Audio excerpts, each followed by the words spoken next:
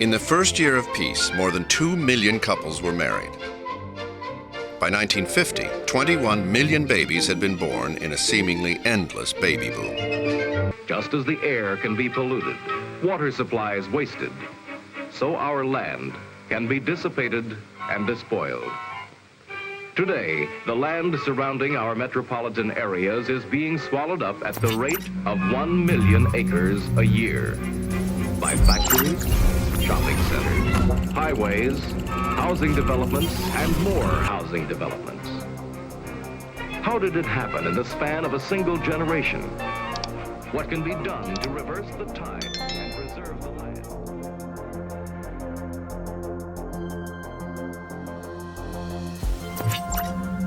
The American dream is a concept that represents the belief that every person, regardless of their background or social status, has the opportunity to achieve success and prosperity through hard work, determination, and self-reliance in the United States.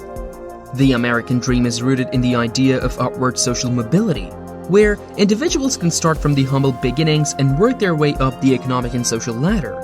It often involves the pursuit of financial success, home ownership, and the ability to provide a better life for oneself and one's family.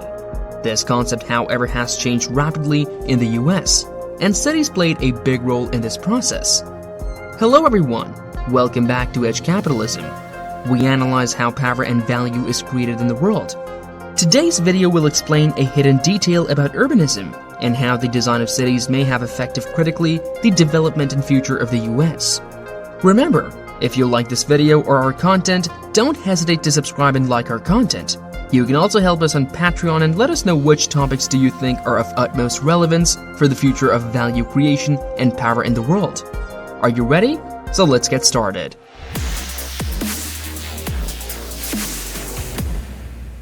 The concept of the American dream has evolved over time and has been shaped by different historical, cultural, and political factors.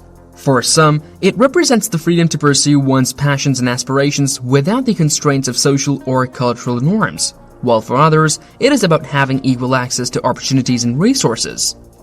The period following the end of the Second World War, from 1945 to the early 1970s, is often referred to as the post-war economic boom or the golden age of American prosperity.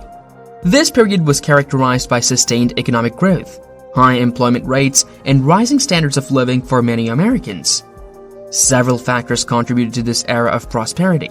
First, the United States emerged from the war as the world's dominant economic and military power, with its industrial capacity largely unscathed by the conflict. The government invested heavily in infrastructure and education, and a massive influx of federal spending helped to fuel economic growth. Second, technological innovations and increased productivity helped to spur economic growth. Many industries, including automobiles, consumer electronics, and home appliances, experienced significant advancements, leading to increased efficiency and lower prices. Third, the United States experienced a demographic shift during this period, with the baby boomer generation entering the workforce and fueling consumer demand. This demographic change led to increased economic activity and created a significant market for consumer goods and services. Finally, the government implemented policies to support economic growth, including the GI Bill, which provided education and training to returning veterans, and the construction of the interstate highway system, which facilitated transportation and trade. The post-war economic boom in the United States, combined with the government policies and technological innovations of the time, led to the creation of large-scale suburban areas and a significant increase in car ownership. As prosperity increased, many Americans moved out of crowded cities and into newly built suburbs, which were designed to offer more space and privacy than urban areas. This movement was facilitated by the expansion of the interstate highway system, which made it easier to commute from suburban areas to cities for work. The development of the suburbs and the increasing use of cars led to a significant increase in the consumption of fossil fuels, as more and more people relied on automobiles for transportation. Additionally, the spread-out nature of suburban areas meant that people had to travel longer distances for work, shopping, and other activities, leading to even more reliance on cars. At the time, the use of fossil fuels and the automobile were seen as signs of progress and a reflection of the increased prosperity of American society.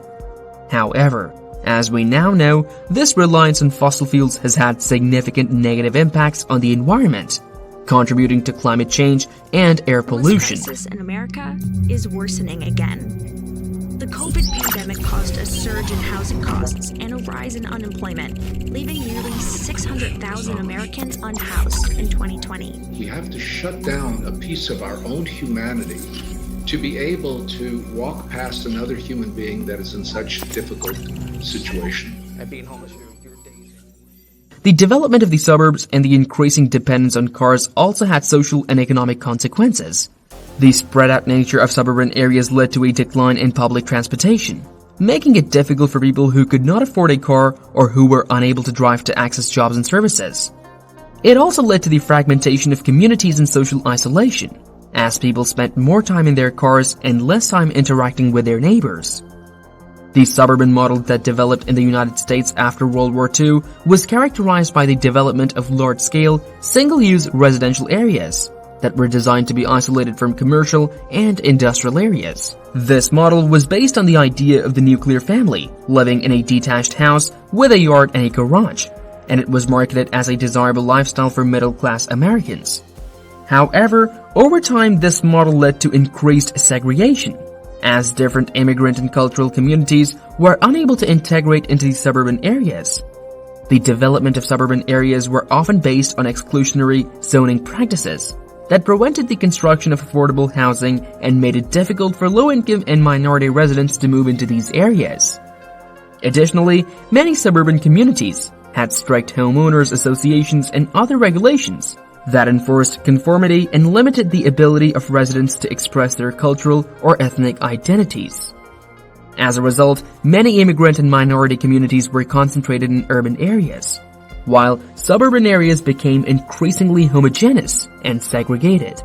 This pattern was reinforced by the development of highways and other infrastructure that facilitated suburbanization and made it easier for people to commute long distances.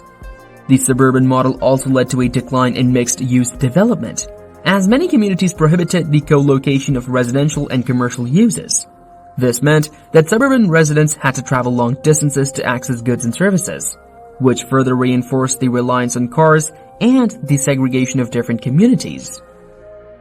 Over time, segregation in the United States contributed to different forms of poverty in communities across the country. According to the United States Census Bureau, in 2019, the overall poverty rate in the country was 10.5%, but it was significantly higher for African Americans, which is 18.8%, and Hispanics, which is 15.7%. Then, for non-Hispanic whites, which is 7.3%. The concentration of low-income and minority residents in urban areas, combined with the declining economic opportunities and disinvestment in these areas, has led to a range of social and economic problems. Historically, segregation in the United States was enforced by laws and practices that limited the opportunities available to people of color. For example, redlining was a practice that began in the 1930s and continued through the 1960s, in which government agencies and private companies refused to invest in neighborhoods with high concentrations of minority residents.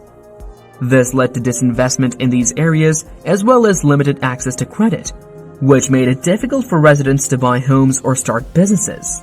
The Civil Rights Act of 1964 and other laws helped to end some of the most egregious forms of discrimination, but segregation persisted in more subtle ways. For example, many neighborhoods and school districts remain highly segregated, in part due to exclusionary zoning practices and the historical legacy of redlining.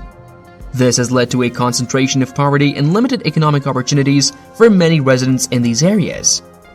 One consequence of this poverty has been an increase in homelessness and drug abuse, not only in urban areas, but also in suburban and rural areas. According to the National Alliance to End Homelessness, on a single night in 2020, there were an estimated 580,466 people experiencing homelessness in the United States.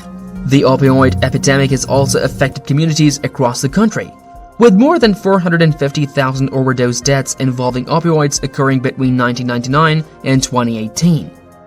Opioids are a class of drugs that include prescription painkillers, like oxycodone and hydrocodone, as well as illegal drugs like heroin and fentanyl. Over the past few decades, the overprescription of these drugs, as well as the ability of illicit opioids, has led to a dramatic increase in opioid addiction and overdose deaths. One of the reasons for the widespread impact of the opioid crisis is the overprescription of opioid painkillers by doctors in the 1990s and early 2000s. At that time, pharmaceutical companies marketed these drugs as safe and not addictive, which led to an increase in their use. As a result, many people became addicted to prescription opioids and then turned to illegal opioids like heroin when they could no longer obtain prescription drugs. The crisis has led to a rise in homelessness and drug use in many communities. According to the National Coalition for the Homeless, drug addiction is a major factor in homelessness, with many people losing their homes due to addiction, as well as the economic and social problems that often accompany addiction. In addition, many people who are homeless also struggle with addiction, which makes it harder for them to find stable housing and employment. That's it for today, guys. I hope you liked this video. For more updates on this topic, like the video and subscribe to the channel. Your support will allow us to grow more and to create the most specialized content to understand the future of the world. Remember, capitalism is about creating value, not money. See you all soon with more interesting information. Till then, see you.